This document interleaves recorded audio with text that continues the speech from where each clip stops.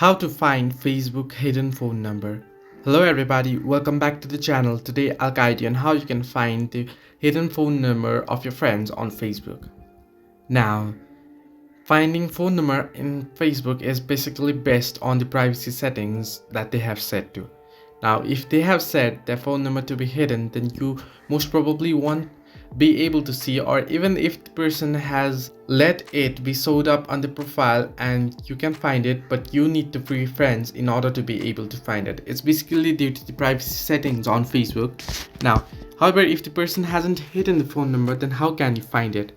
If you open up the Facebook app, you'll get an interface like this. What you can do is simply head into any profile you want. You can say this person or this user is friend with me. Now what you want to do is tap on the three dots option on the profile, and here if they haven't hidden the phone number due to the privacy settings, or if they haven't set their account private or their phone number private, then you'll be able to see their number here.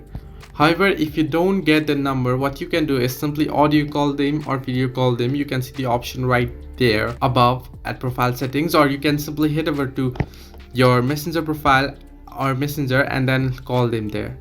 Hope this helped. Do like and subscribe, and do not forget to leave a comment down below if you have any further issues.